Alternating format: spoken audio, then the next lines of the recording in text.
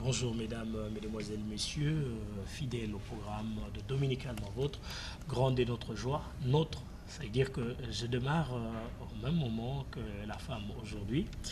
Elle est là, elle a aussi mes couleurs, hein. Elle a mes couleurs sur elle. Bonjour Marie-Virginie. Bonjour Serge, bonjour à tous les fidèles téléspectateurs, grande également ma joie de vous retrouver. J'espère que vous n'êtes pas daltonien comme Serge parce que je suis vraiment avec un rouge frappant.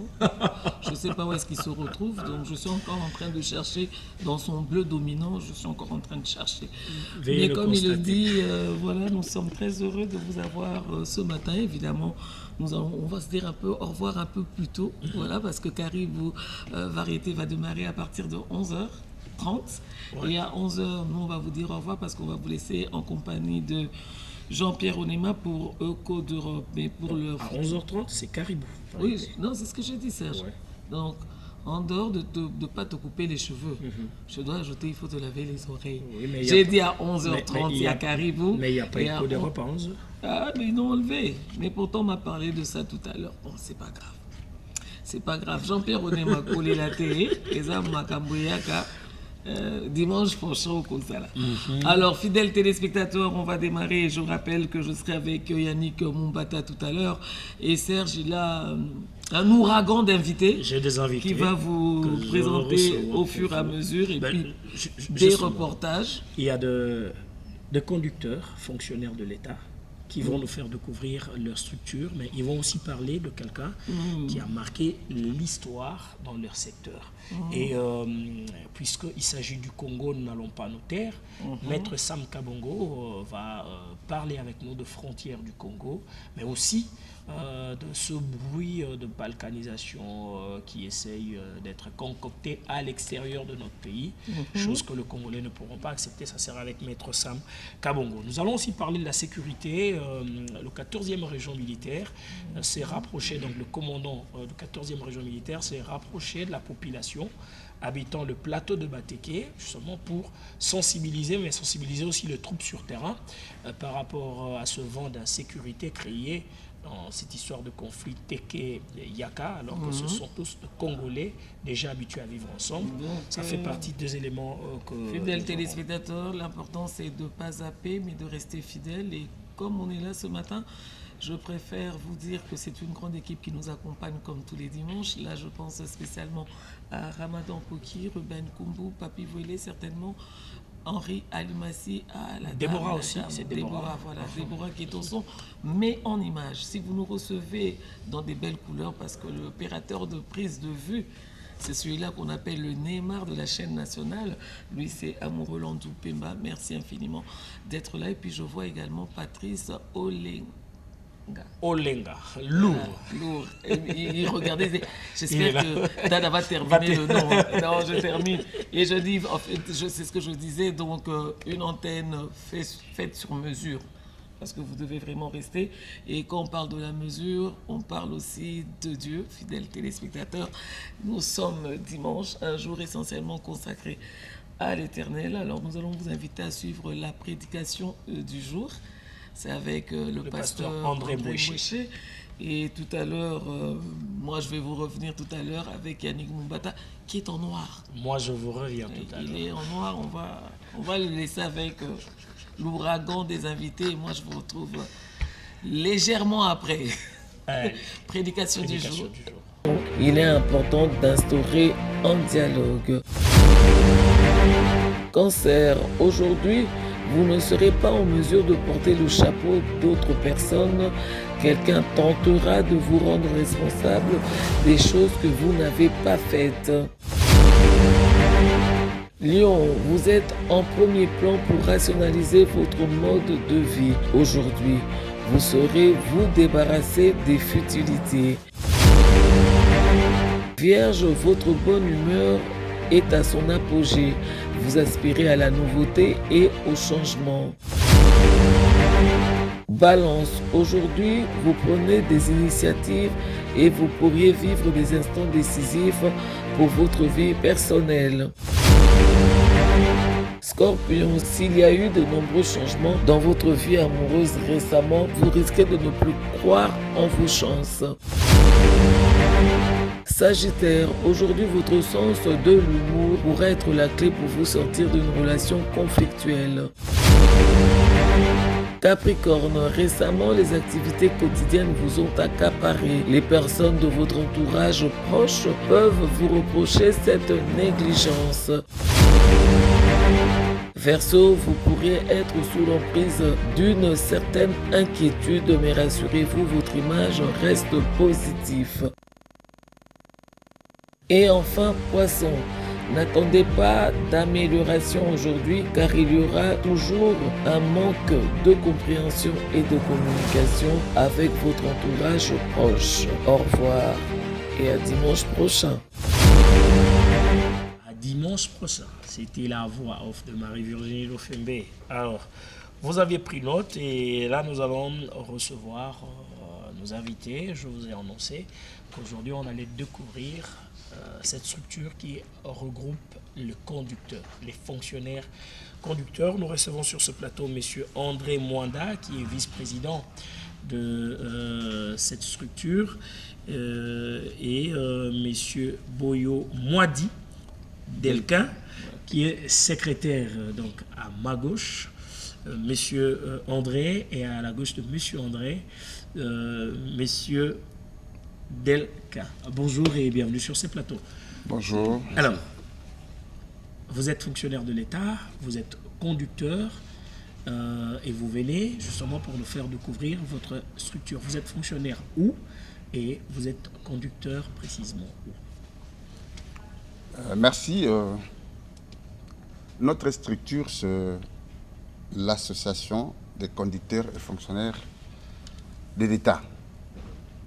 Nous sommes d'abord du ministère des ITPR, dans sa direction des services de transport administratif.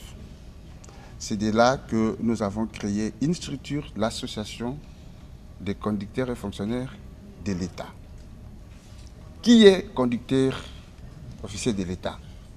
C'est d'abord quelqu'un qui a un numéro matricule de la fonction publique, de deux, affecté au ministère des ITPR, de trois, à la direction des services de transport administratif et au service des transports, ce chef de service de transport.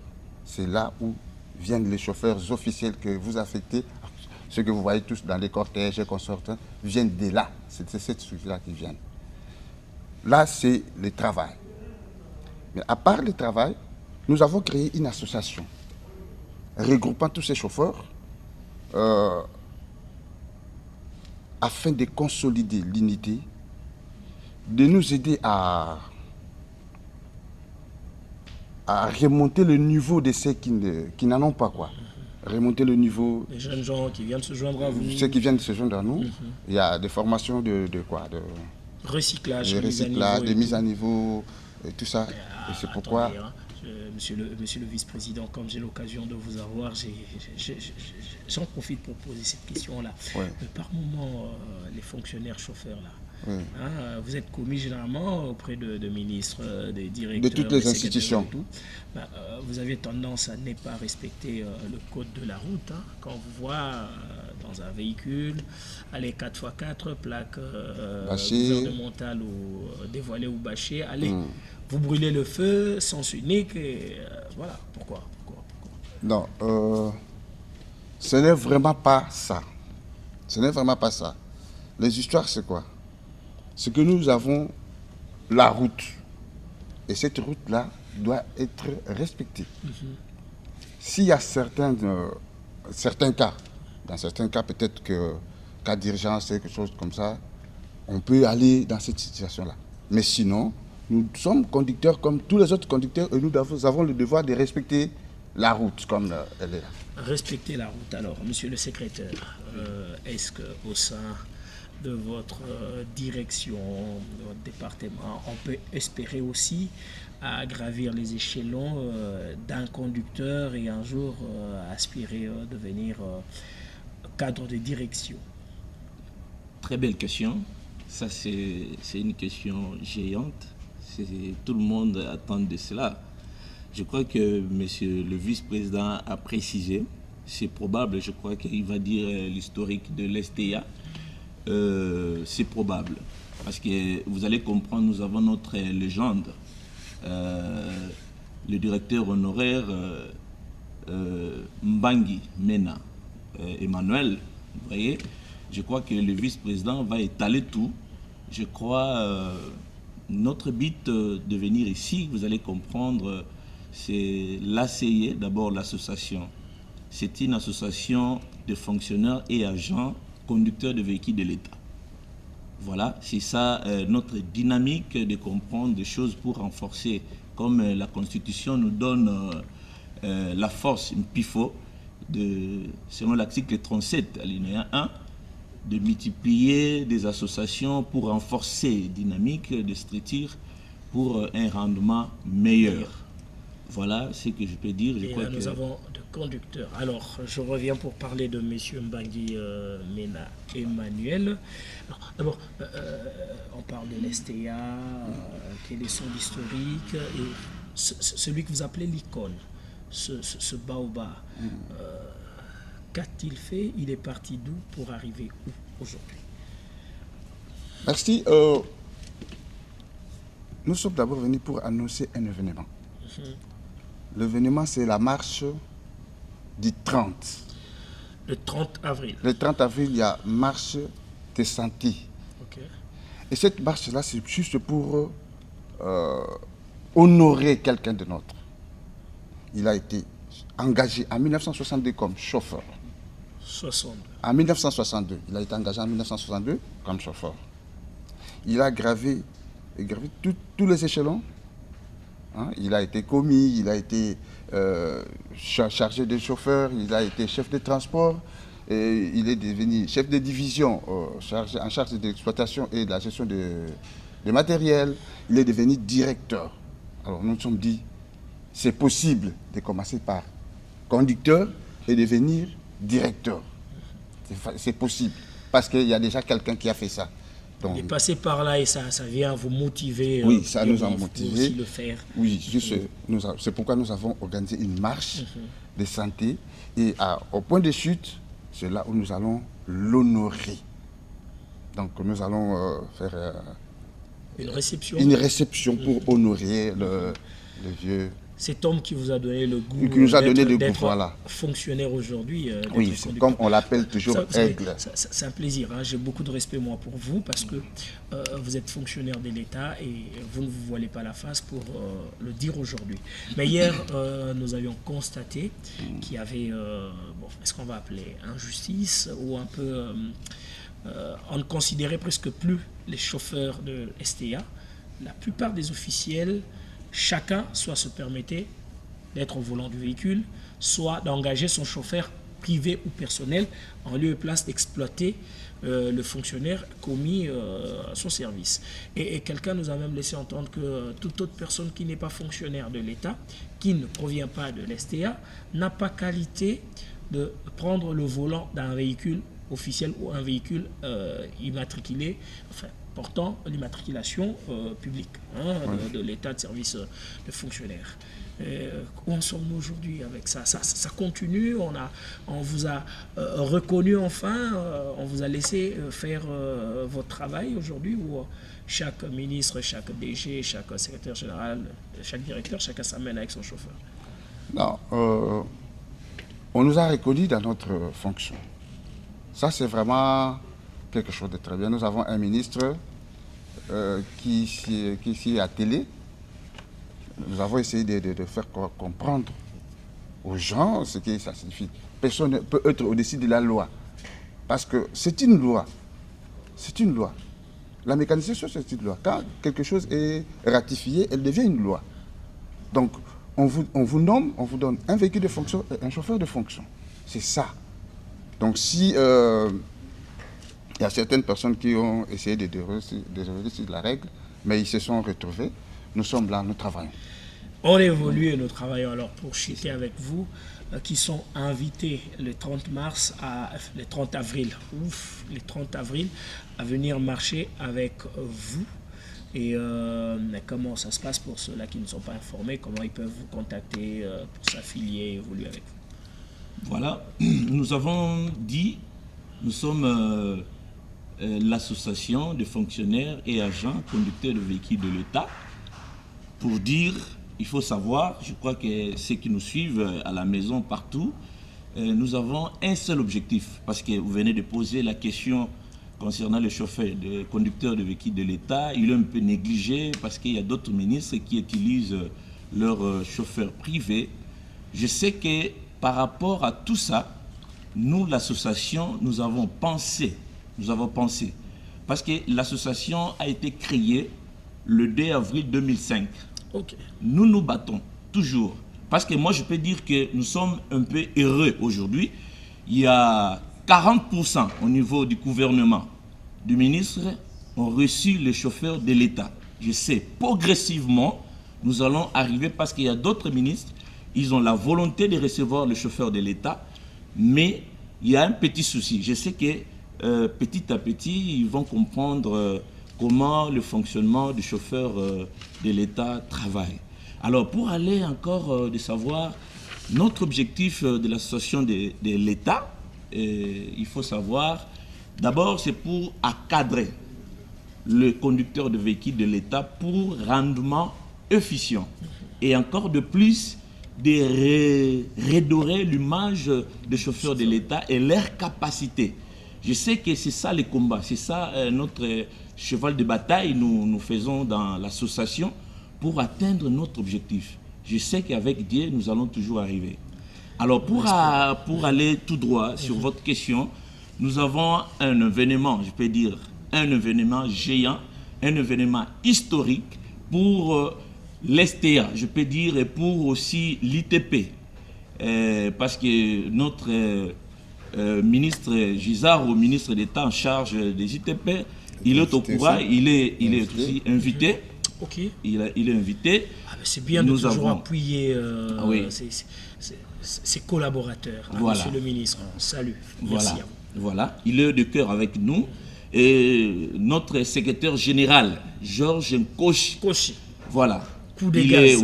Il est aussi dynamique. Je vois déjà son arrivée au secrétariat des ITPR avec cette vision vraiment très délicate. Nous sommes toujours derrière lui. Il va dire que nous allons toujours arriver, d'expliquer aussi l'importance des chauffeurs à l'État, des chauffeurs de l'État plutôt. Alors, nous avons l'événement le 30 avril 2023, c'est que nous avions dit à tout le monde, on a invité vraiment tout le monde parce que c'est historique, nous allons parler aussi pour honorer, je peux dire notre directeur honoraire, Mbangi. Voilà, il est sorti au grade de secrétaire général. Voilà, tout le monde sera là. Je sais que notre marche de santé, nous allons commencer au niveau de Gare Centrale. Nous allons poursuivre boulevard du 30 juin, 24 novembre, ex-24 novembre. Et enfin, Prince Kasavubu pour atterrir dans une terrasse à Bandal, ce qu'on appelle la Casa. La Casa, Rompo-Luputa. Je crois que c'est connu, le coin là. Notre référence, c'est l'église Mangembo. Ouais. Voilà, donc nous sommes là, tout le monde, ceux qui ont besoin de venir, de voir aussi l'événement, ils peuvent venir parce qu'on a invité aussi, sans oublier, RTNC par le voilà, mais c'est Serge, donc vous êtes invité. On ne peut pas oublier parce qu'on a dit seulement du ministre Gisard, non seulement lui, on a invité aussi le ministre Guilouando Mboyo, le ministre en charge d'aménagement du territoire. Il est de cœur, un homme impliqué pour les jeunes, la raison pour laquelle on avait pensé à lui de venir aussi, de célébrer cet événement ensemble. Monsieur le ministre d'État, donné un coup de pouce, ils ont besoin de vous. Alors merci, c'était un plaisir de vous recevoir. Merci. Le président, à moins que vous ayez un petit mot en 30 secondes. Nous appelons tous les conducteurs de l'État. Venez, ça sera quelque chose de très bien. Nous allons honorer quelqu'un de notre. Donc, ayez aussi la foi comme... il en a eu, il a commencé conducteur jusqu'à devenir secrétaire général. Donc nous avons aussi la foi, de conviction qu'un jour on peut aussi devenir secrétaire général. Plein succès à vous. Merci, c'était un plaisir. On n'a pas donné le contact. Allez-y. C'est juste pour nous contacter. Plus 243 89 74 63 950. Et si vous appelez, vous allez rejoindre le secrétaire général Delkin Boyomwadi. Il va vous dire là où nous sommes. Et notre siège général sur l'avenue Kassavubu, numéro 700, quartier Matongé 2, la place Imika. Local Imika. 11. Local 11. Local 11. Ça, c'est nous le bureau. sommes là, Et le là, bureau de l'association des chauffeurs de l'État. Merci beaucoup, allez, à très bientôt. Merci, Mesdames, merci. Messieurs, son rôle, sa mission, c'est de protéger, de sécuriser la population et c'est bien. Et voilà pourquoi le commandant 14e région militaire, le général-major Stazambouyou Kizimu s'est rendu au plateau de Bateke justement pour se rendre compte, palper du doigt, ce vent d'insécurité émanant du conflit Teke-Yaka. Il a sensibilisé la population, il a sensibilisé les troupes sur terrain. Cet homme qui, depuis sa nomination par le chef de l'État, n'arrive pas à fermer l'œil. Il s'est dit qu'il est sur terrain, il est homme de terrain et sa mission, c'est de nous sécuriser. Nous vous proposons cet élément de sa descente et on se retrouve juste après. Un homme de terrain, le commandant 14e région militaire ne connaît aucun répit tant que ses troupes n'ont pas le moral au zénith. Le général-major Stazambouyou Kizimu était à la lisière de sa juridiction dans une visite de routine comme il fait régulièrement. Tout a commencé comme toujours par une réunion de briefing sur la situation sécuritaire qui prévaut dans ce coin entre Teke et Yaka. Il a donné des directives claires aux troupes déployées pour la sécurité de la population et ses biens. Puis est venu le moment de l'inspection des différentes positions où il s'est entretenu avec la population alentour. Celle-ci a salué et remercié le général-major pour le calme qu'ils ont retrouvé comme il l'avait promis lors de son dernier passage dans cette partie de la capitale. Dans la profondeur de Doumi, jusqu'à la rivière Lufimi du côté des villages Douele, Kilboto et Ngamideni, en passant par Mampou, Mbankana, Kinzono et autres, la joie d'une sérénité retrouvée était perceptible dans l'expression populaire. En exécutant fidèlement la mission lui confiée par le président de la République, commandant suprême des forces armées de la République démocratique du Congo, Félix Antoine Tshisekedi, le numéro 1 de la 14e région militaire, se satisfait de la quiétude de la population et promet de mettre tout en œuvre pour la paix sur toute l'étendue de la juridiction qu'il contrôle. D'abord, il faut reconnaître qu'à un certain moment, nous avions opté pour une stratégie qui voudrait que toutes les issues, n'est-ce pas, toutes les voies d'approche qui leur permettraient, n'est-ce pas, de se ravitailler soient coupées par des écrans de surveillance d'une part, des positions d'autre part. Alors, dans des villages où ils se sont constitués en bastion, ils n'ont plus à manger. Ils n'ont plus à manger. Vous savez, il y a des villages qui ont totalement pris. Et ils sont là-bas, c'est chez eux, donc ils règnent à maître. Alors, ce que nous avions fait, c'est couper, n'est-ce pas, les axes pour éviter qu'ils ne se ravitaillent dans des villages occupés par des populations. Alors, depuis qu'on a pris cette stratégie, ils souffrent, ils sont presque affamés, ils commencent à s'attaquer maintenant aux fermes pour leur survie. Il y a quelques temps, ils se sont tirés dessus. Il y a eu 11 morts dans leur cas. On a parlé d'un conflit de leadership, mais en réalité, c'est qu'ils en souffrent. Bon, dernièrement ici, il y en a 5 qui sont morts de faim, là où ils sont dans leur bastion. C'est la stratégie qu'on a prise, parce qu'on a estimé que, comme il y a une commission jusqu'aujourd'hui de pacification qui fait le travail, et que nous devrions taire, n'est-ce pas, les armes, il fallait prendre une autre stratégie qui n'utilise pas les armes, mais qui permet quand même à les contraindre de manière à ce qu'ils déposent les armes et qu'ils se rendent, qu'ils reviennent, n'est-ce pas, à la raison. Alors nous sommes dans une visite d'inspection. Après ici, nous allons passer dans nos positions, dans d'autres villages qui ont été pillés, pour voir comment réajuster notre stratégie et les contraindre davantage, n'est-ce pas, à déposer les armes et à rejoindre la voie de la raison. La stratégie de boucher les axes pour, n'est-ce pas, les amener à déposer les armes à cause de la faim, c'est une stratégie qui accompagne les efforts de la Commission. Parce qu'il faut quand même reconnaître que la Commission est là pour créer un climat de paix. Et nous ne pouvons pas à la fois avoir un climat de paix d'une part et l'utilisation des forces de l'autre part.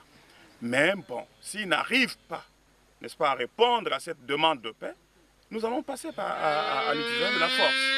Donc nous accompagnons la stratégie de paix et si les assaillants n'arrivent pas à accepter cette voie-là de paix, écoutez, la force revient à la loi et l'armée va s'en occuper. Parce que l'armée, là, c'est ça l'outil du politique. L'armée, c'est l'outil du politique pour garder la paix et restaurer la paix. Et donc, voilà un peu, nous attendons que la commission fasse son travail. Et quand on va se rendre compte qu'il y a des réfracteurs qui ne veulent pas se rendre, à ce moment-là, nous allons passer à une deuxième vitesse. Et là, ça sera l'utilisation de la force proprement dite. Vous savez, ce que nous faisons, c'était un apostolat. C'était un apostolat et vous le savez, nous sommes ici pour essayer de passer un message, hein, n'est-ce pas, une doctrine de paix. Et l'apostolat, on est en train de passer la doctrine de paix pour que les gens se rendent, que les gens comprennent que dans la violence, il n'y a rien. Et surtout dans la violence entre frères. Voyez-vous?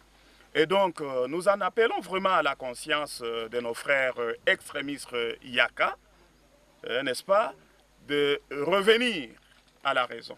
Ils se sont même donné un nom de Mubondo, vous le savez.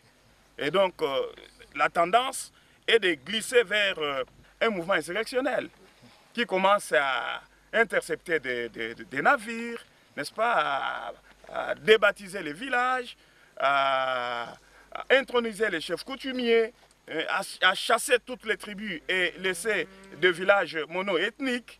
Et tout ça, nous n'en avons pas besoin. Et donc, voilà un peu, c'est juste un appel à la conscience pour que les gens cessent avec la violence.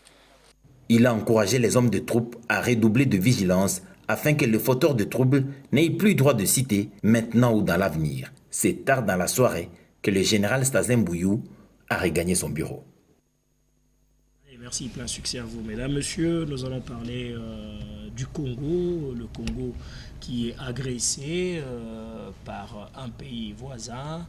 Le Congo a le droit de se défendre, de se protéger et que le parrain de ce pays voisin a aussi le droit de demander à leur poulain de s'arrêter. Et nous recevons Maître Sam Kabongo justement pour parler de la situation d'agression de notre pays à l'est. Donc nous parlons du nord Kivu qui est agressé par le Rwanda sous couvert du M23. Maître Sam, bonjour. Bonjour. C'est un plaisir de vous recevoir sur ce plateau, justement, pour évoquer la question de l'Est de notre pays. Comment analysez-vous l'évolution de la situation sur terrain? Aujourd'hui, les FARDC continuent à résister, à défendre ses positions, mais avec comme mission de mettre terme à cette situation d'agression. Mais vous, en tant que juriste politique, comment analysez-vous l'évolution de la situation sur le terrain? Et avec le propos du président voisin qui a émis des idées expansionnistes sur nos terres. Bon, d'abord, merci à vous pour l'invitation. J'en profite pour dire bonjour à tous les téléspectateurs de la RTNC ce matin. Pour un dimanche béni, nous bénissons aussi le Congo, notre pays. La situation de la crise qu'il y a à l'est de notre pays est bien fort regrettable qu'après autant de décennies, nous n'arrivons pas à y mettre fin et qu'aujourd'hui, des langues mal placées et qu'on n'aimerait même pas entendre sur la question arrivent à nous faire des leçons sur ce que nous sommes ou que nous ne pouvons pas être. Comme vous l'avez bien dit, les propos étaient expansionnistes. Vouloir s'arroger le devoir historique de porter la responsabilité d'une mémoire que lui seul partage, d'avoir des terres au Congo qui devraient revenir au Rwanda. C'est une thèse que nous ne partageons pas parce que la République démocratique du Congo, dans sa superficie actuelle, n'a jamais connu de contestation à l'époque coloniale et autant qu'après la colonisation. Le Rwanda, pour mémoire, c'était un peuple colonisé conjointement avec le Burundi, ce qui faisait à l'époque le Rwanda-Urundi, sous ce qu'on appelait l'Afrique australe allemande, qui par la suite des événements de la Première Guerre mondiale a été attribuée comme 7e province de la colonisation que le Belge avait sur le Congo.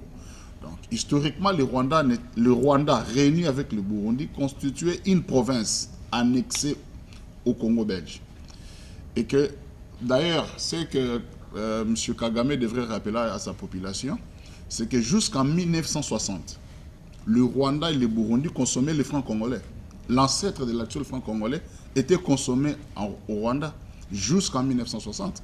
Nous sommes pays indépendants en 1960, le Rwanda en 1962, donc c'est-à-dire nos frontières en 1960 étaient RDC. Il n'y avait pas un seul morceau de ce qu'on peut appeler Rwanda.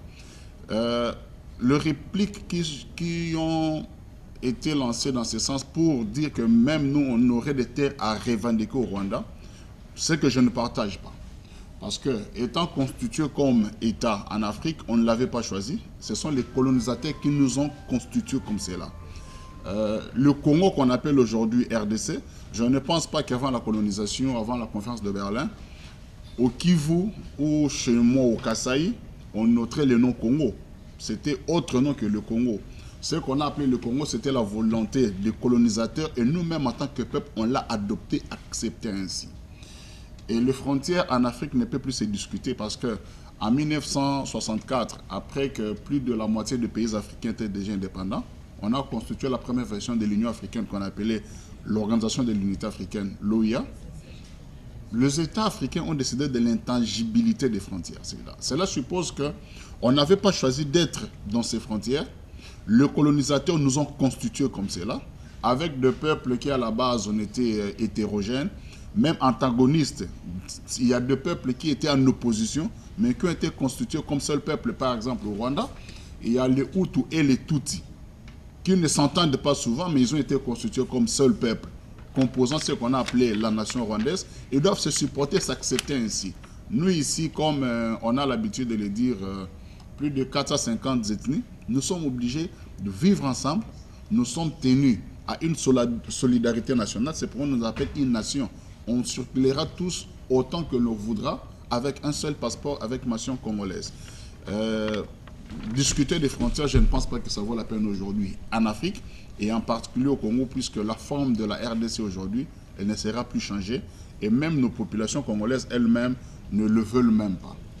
Mais ce qui est sidérant dans la tournure de ces événements, c'est que les élus dans leur ensemble, députés nationaux, provinciaux, sénateurs, des régions qu'un président voisin étranger estime revenir à son pays, eux-mêmes ne réagissent pas. Ça donne présomption à un silence coupable. Nous aimerions que les élus, les représentants du peuple, portent la responsabilité de canaliser les aspirations de leurs représentants. Sinon, le Congo, nous déplorons cette situation de la guerre à l'Est. Comme le chef de l'État l'avait dit avec les états-majors avancés, les états de siège installés, on connaît quand même de plus en plus une accalmie.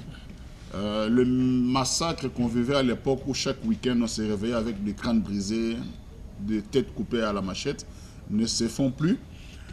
Nous ne sommes pas encore satisfaits des résultats, mais du moins nous sommes satisfaits de l'avancée qu'il y a dans la région. Et nous aimerions que cela cesse et que par la sensibilisation que nous revenions encore en une situation de paix totale en RDC, que nous circulions encore plus librement. Maître Sam Kabongo, merci à vous pour l'expertise que vous venez de nous apporter aujourd'hui. Nous pouvons fixer rendez-vous aux téléspectateurs dans quelques jours pour un plateau élaboré pour parler essentiellement de nos frontières. Oui, nous sommes disposés. Les frontières du Congo sont connues, elles sont indiscutables. Et je rappelle que cela a été renforcé non seulement pour le Congo, mais pour l'ensemble de l'Afrique, par ce principe de 64 qui veut à ce que les frontières ne changent plus. Si on touche aujourd'hui aux frontières de pays en Afrique, ce n'est pas pour une annexion, mais c'est pour une sécession. Le cas le plus récent, c'est le Soudan. On a coupé les pays, mais on n'a pas annexé un territoire vers un autre pays. Aucun pays en Afrique ne peut revendiquer prendre un territoire hérité de la colonisation d'un autre État. Le Congo reste Congo. Pour couper une partie du Congo, c'est qu'il faut créer une sécession. Or, la sécession, nous avons l'expérience dans ces pays que ça ne marchera jamais. Ceux qui l'ont fait, autant au Katanga, au sud Kasaï, ceux qui ont même tenté par la guerre de diviser le Congo en 2 et en 3, ont eu le dégoût de voir que le Congolais est tenu par la solidarité du Mukongo au Nande, du Muluba au Ngala, du Swahili au Muyaka, au Pende. Nous sommes tenus dans cette solidarité et nous les resterons, et nous resterons Congolais tous autant que nous sommes. Merci beaucoup. C'est un plaisir de vous avoir sur ces plateaux. Nous sommes tentés d'avancer, mais le temps nous fait défaut. Avant de prendre notre carnet d'anniversaire, nous allons souhaiter un bon dimanche à M. Boa Mboma, Matete. Et nous annonçons que très bientôt, KS Milamou va mettre sur le marché des disques cette belle chanson, Fachi Béton, 100%. Et il dit grand merci au village Molokai qui le soutient, au président Chiquito Mouchachino, à Madame Sylvie Feuz Chiswaka et à Madame Thérèse Kamani à Suède. Alors, oui, maître. Vous me permettez, puisque vous parlez de président de Vivala Musique pour l'éternité. Ouais. Demain, c'est le 24. Hein? Ouais. On va encore repenser à Papa Wemba. Ça va être 7 ans. 7 ans. Ouais. 7 ans. C'est quand même l'icône qu'on a eu. Moi, je l'ai appelé peut-être le meilleur de nous, c'est contemporain. Il a été multidimensionnel et nous le garderons d'heureuse mémoire pour toujours. Merci beaucoup. Alors, place à notre carnet d'anniversaire et nous revenons pour vous dire grand merci et au revoir.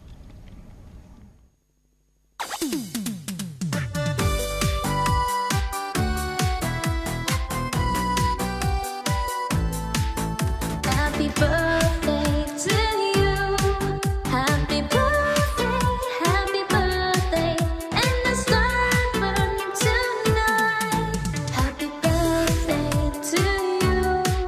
Happy birthday to you.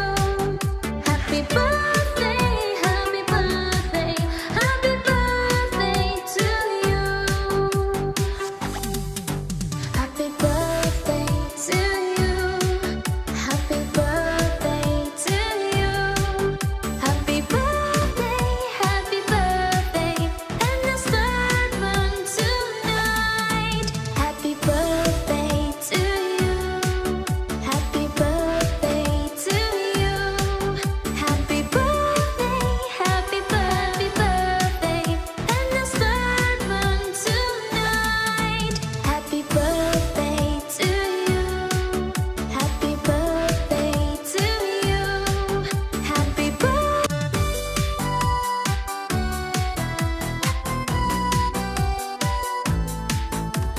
Happy birthday to you.